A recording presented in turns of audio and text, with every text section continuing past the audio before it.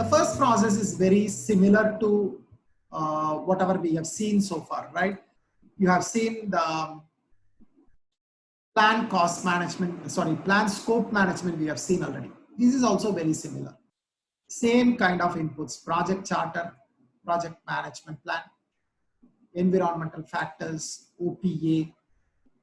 Even the tools and techniques are very similar: expert judgments, meetings, alternatives analysis. The output is schedule management. So these are all very similar. You put plan scope management, plan schedule management side by side, you cannot find much difference.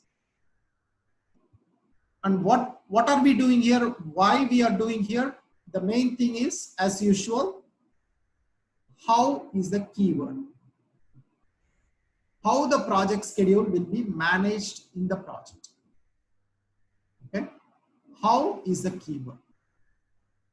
How I am going to create the schedule, how I am going to monitor the schedule, how I am going to handle changes related to schedule. So all these is discussed in schedule management. What are the things you need to include? Some of the things like unit of measure.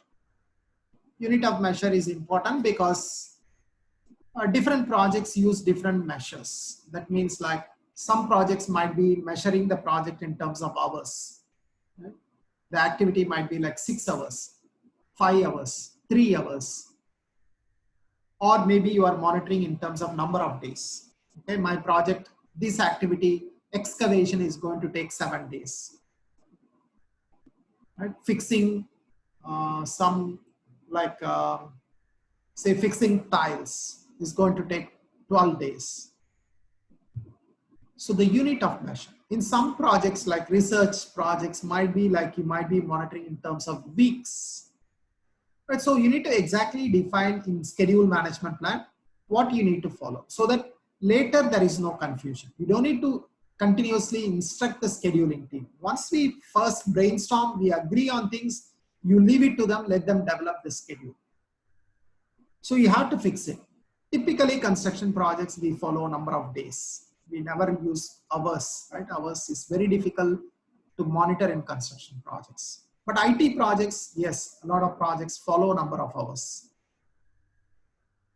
In construction, typically we use number of days. We don't go into the breakdown of number of hours. The performance measurement.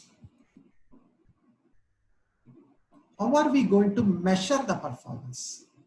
What is the indicators? How do I know how much work is completed?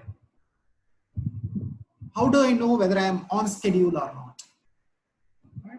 So you need to define exactly how you are going to monitor this. What is a parameter? So there are a lot of things. Normally, people might use something called percentage complete. Just this is straightforward. You can say that, okay, as per original plan, we should have completed 50% of the work by now, but we have completed only 40% of the work. So you can use percentage complete. Or you can use something called schedule variance, okay, SV. SV means schedule variance. SPI stands for schedule performance index. Okay, we will learn about these two terms later in earned value analysis. Most likely tomorrow we will cover earned value analysis, in which we will learn what is SV, what is SPI, how to calculate SV, how to calculate SPI, we will learn tomorrow. But right now, understand that this is just a performance measurement indicator. It will tell you how you are performing in the project. And finally, variance control threshold. So what is variance control threshold? We know in our project that we have estimated certain days. Right? For all the activities, we have estimated something. We have estimated that this activity is going to take 7 days, this activity is going to take 12 days, that activity is going to take 8 days. Right? All these are estimates. When you are doing the real project, you may or may not be able to stick to this. Sometimes you might finish it earlier. Sometimes it might be delayed. Sometimes you estimate 8 days, but it is taking 16 days. That is also possible. But we need to, that's why we need to have a threshold. We need to have a control point. At what stage we should be worried about the progress of the project. Right? Maybe you can define in terms of percentages. Say for example, if I'm monitoring the project at the end of 6 months, as per original plan, I should have completed 60% of the work. But let's say I have completed 59% of the work. Then most of the project managers will not be worried about it. Because yes, there is a deviation.